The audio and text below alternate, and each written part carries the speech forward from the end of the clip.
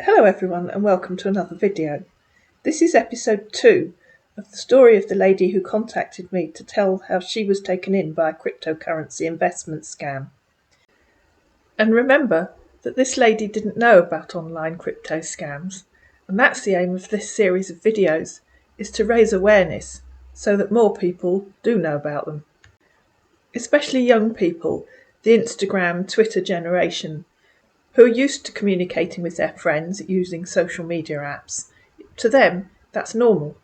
So they aren't constantly looking out for scammers when they're communicating with their usual friends. In this episode, I'm going to share some of the screenshots that she sent me of the conversation she had with the scammers. I'm going to share some more extracts from the conversation that I had with her after she'd finished telling her story. And I'm going to take a look at the website that she talked about, which she said appeared to her to be flaky. First of all, we'll look at the messages she received from the scammer on Instagram. I'm sharing these because I suspect that a lot of the messages that she was sent are standard messages sent out by this group of scammers and possibly by others as well. If you remember, in the first episode, she said that once her own Instagram account had been taken over, her account was sending out the same messages to her friends as she received from the person that she believed was her friend. As an aside, just note what I said there.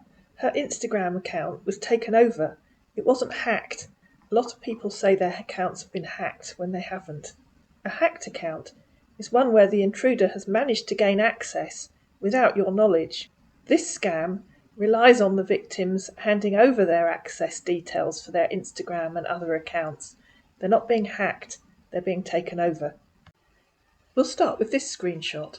This is the supposed return that you would get on your so-called investment. And this is the table that was sent to the victim.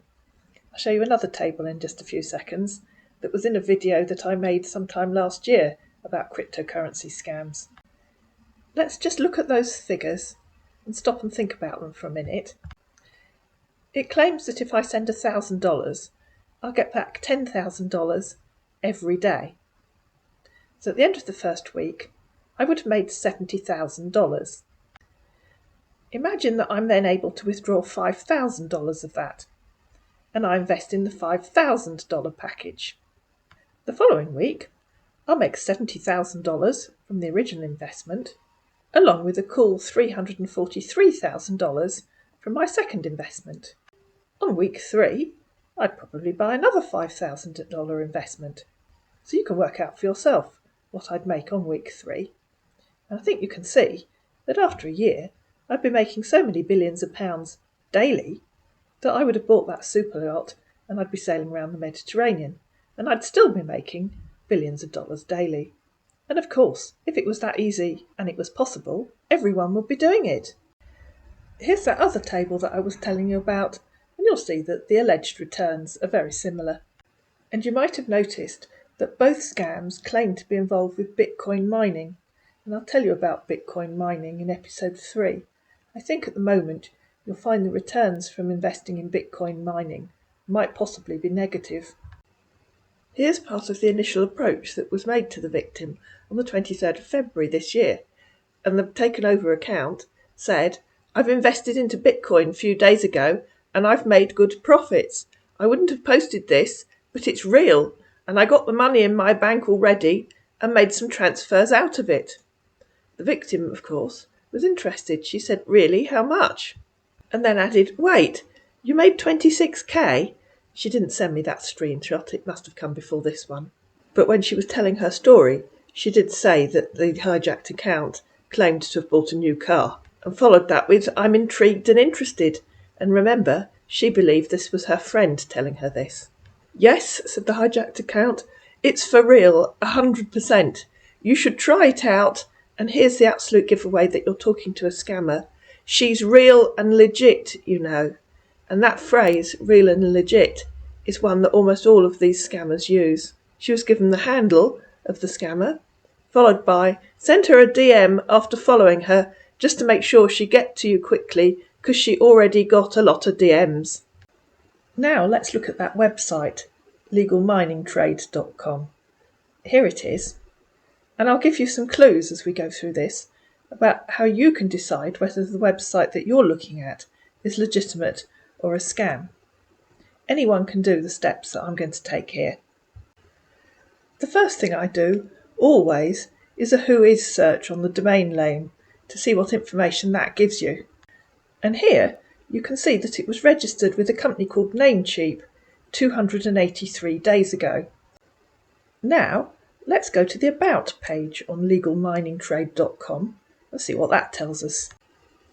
It tells us they're a premium cryptocurrency mining and trading platform dedicated to offering the most remarkable experiences, whatever that means, with over a decade of experience in the financial and advisory sectors. But we already know that this domain name was only registered 283 days ago. That's less than a year, nowhere near a decade. Another place to look is the Contact Us page. This website doesn't actually have one, but their contact details are at the bottom left. So I googled the phone number. The results were interesting. There are two more websites that seem to be using the same phone number. One is another scam cryptocurrency website, but the first one claims to be a delivery service. And I think if you look back through the videos, and I have no idea where, there's a video somewhere where one of the scammers told one of my characters that they were using Global Express Delivery to send them a package. It's a scam courier company website. There is no such thing as Global Express Delivery. And that's another scam that people are not aware of. People don't realise that there are these scam websites out here, fake delivery companies, where you can put in the tracking code that you were given and you'll receive tracking information for your parcel that doesn't actually exist. Now let's look at their FAQs. The first one says, why does the company attract additional investments from private individuals?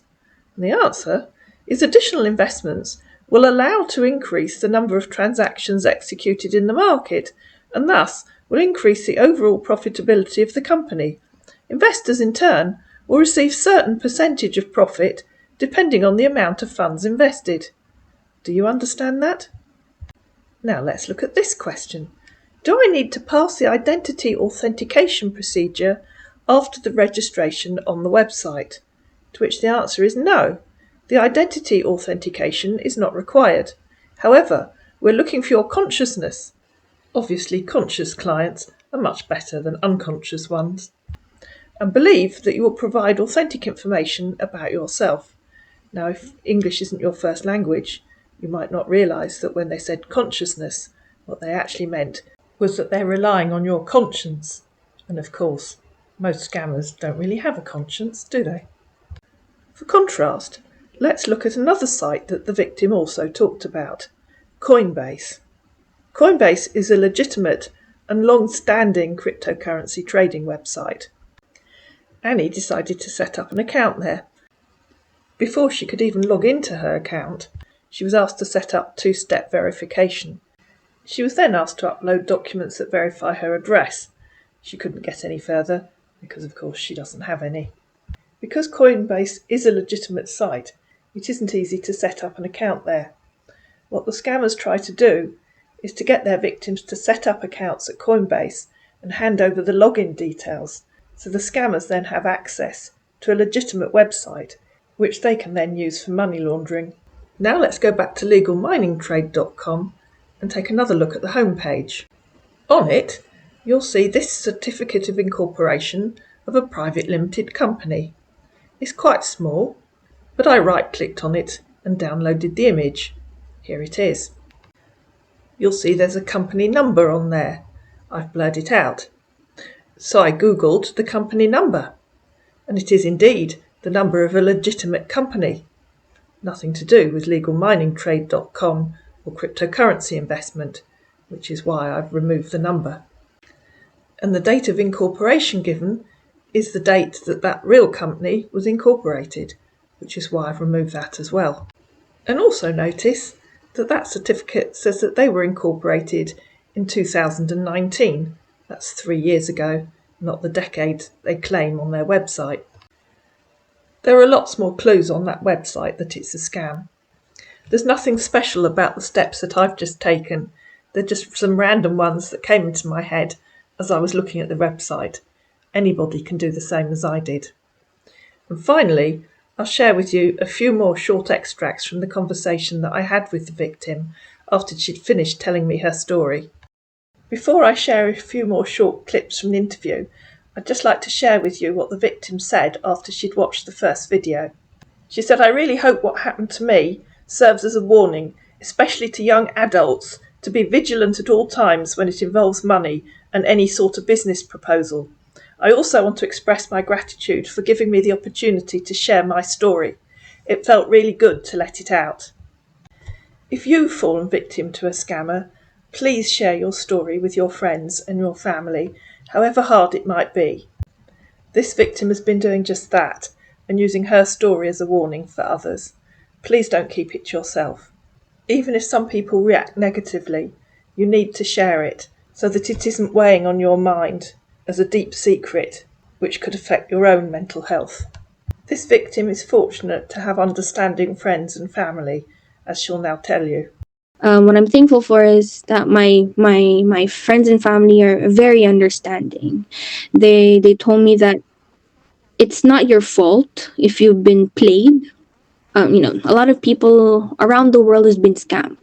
It's not just you. There's a lot of people, but it's a learning curve for you. You learn from this. And this next bit explains why so many victims won't or don't come forward.